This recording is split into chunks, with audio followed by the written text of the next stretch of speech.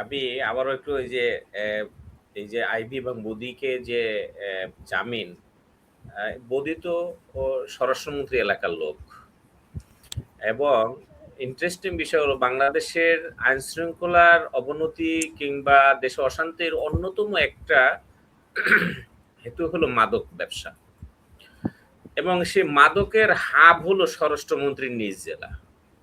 আমি খুব খুশি হয়েছিলাম দুইটা কারণে উনি স্বরাষ্ট্রমন্ত্রী হওয়ায়। এক, উনি বিএনপির একজন জাদ্রেল নেতা, তো স্বরাষ্ট্রমন্ত্রী এরকম একজন শক্তিশালী নেতাই স্বরাষ্ট্রমন্ত্রী হিসেবে মানায়। দুর্বল লোকরা স্বরাষ্ট্রমন্ত্রী হিসেবে আসলে তারা তার নিজ দলে, কারণ সবচেয়ে বেশি একটু উচ্ছৃঙ্খল হয় রোলিং পার্টির নেতাকর্মীরা, এটা সবসময় দেখেছি। সেইটা কন্ট্রোল করার জন্য দলের সিনিয়র নেতা না হলে এটা পারে না। সেই জন্য আমি খুশি হয়েছিলাম। উনি আপকামিং শোনা যাচ্ছে সেক্রেটারি জেনারেল বিএনপির, যাই হোক। তো এই একটা কারণ। দুই হলো, আরেকটা কারণ হলো যে বাংলাদেশ, যেটা বললাম যে মাদকের হাব হলো কক্সবাজার, এবং উনি কক্সবাজার থেকেই নির্বাচিত এমপি, এবং সে এখন উনি স্বরাষ্ট্রমন্ত্রী এবং দলের মুখপাত্র, সব মিলিয়ে ওনার কাছ থেকে। কিন্তু সেখানে এসেই দেখলাম সেই মাদক সম্রাট খ্যাত সেই বদি সাহেবরে উনি আগেই ছেড়ে দিলেন। তো ওনায় এই বদি সাহেব কি, বা এই উনি তো সাবেক এমপি, এই মাদক সম্রাটরে ছেড়ে দিয়ে কি মাদক নিয়ন্ত্রণ করার জন্য ছাড়লেন, নাকি মাদকের ব্যবসা আরো প্রশস্ততা করার জন্য ছাড়লেন, সেটা জানতে চাই। সেটা জানতে চাই, আমরা এটা জানতে চাই। সেই ক্ষেত্রে এটা ক্লিয়ার হইতে হবে, কারণ আমরা এখন শঙ্কিত যে আবার এই মাদক বাড়বে, এই বদি যদি মুক্ত হয়, কারণ সে ভিতরে থেকে সে অনেক শক্তিশালী ছিল, বাইরে এসে সে এখন আরো শক্তিশালী। সুতরাং মাদক বাড়বে, দেশে অশান্তি বাড়বে, আইন শৃঙ্খলা অবনতি হবে। এবার আসি যে সর্বশেষ একটা সামারিতে কথা বলি।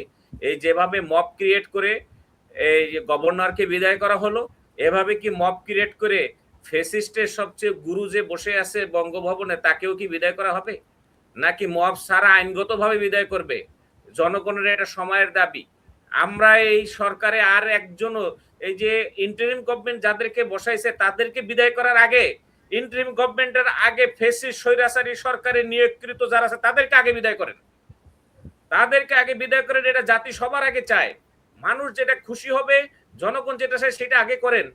আর এই যাদেরকে নিয়োগ দিচ্ছেন তারা দলীয় লোক না, তারা নেতার লোক। সেই প্রেসিডেন্ট তো অভিযোগ, বিরাট অভিযোগ করলো ইউনূসের বিরুদ্ধে। উনি তো শপথ ভঙ্গ করছে। ওনাকে তো পদত্যাগ করার পরে ওই ইনস্ট্যান্ট তাকে ওই যে কিছু, ওই আমরা দেখতাম না যে ওই শেখ হাসিনার সময় বিরোধী দলের নেতাদেরকে জেলগেট থেকে ওই এক মামলায় জামিন দিত, যে জেলগেট থেকে আবার রিঅ্যারেস্ট হইতো।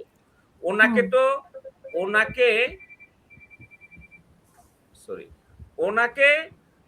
ওনাকে যেদিন উনি পদত্যাগ করবে ইনস্ট্যান্ট ওনাকে আগে আইন শৃঙ্খলা বাহিনী ওনাকে গ্রেফতার করতে, ওখানে ওনাকে অ্যারেস্ট করতে হবে।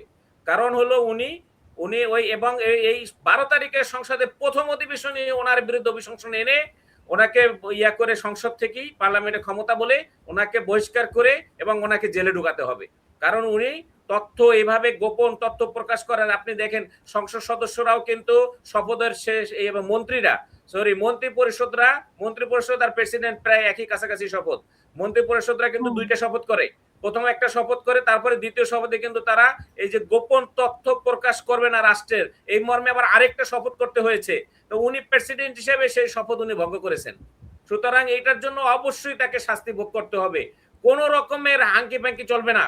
এই চুপপুকে নিয়ে চুপি চুপি খেলা, এটা জনগণ জুলাই যোদ্ধারা এটা মানবে না। এটা আমি মনে করি বিএনপিরও বড় একটা অংশ মানবে না, হয়তো মুখ খুলবে না, কিন্তু তাদেরকে জোর করে মুখ খোলায় না, তাহলে পরিস্থিতি সামাল দেওয়া যাবে না।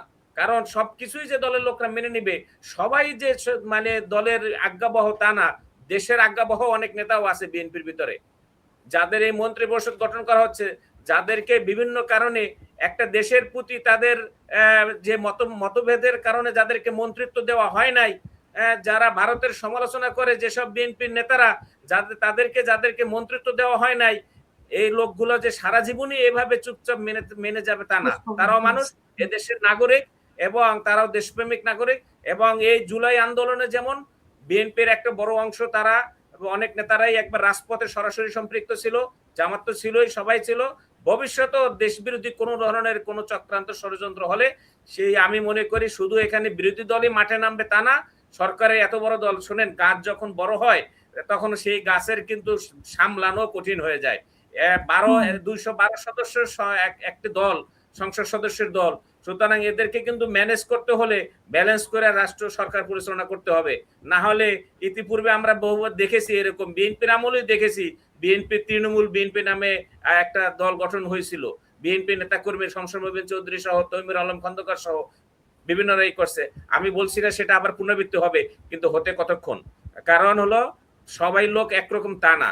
তো সেই জন্য আমি মনে করি সরকারকে এগুলো সচেতন থেকে, বিশেষ করে সরকার প্রধান, তার ভিতরে অনেক ভালো ভালো কিছু সিমটম দেখতে পাচ্ছি, আবার বিভিন্ন ধরনের এই যে কিছু যে ব্যাড সিমটম দেখছি। আমরা এই জন্য বিব্রত এবং হতাশ সাধারণ মানুষ হিসেবে।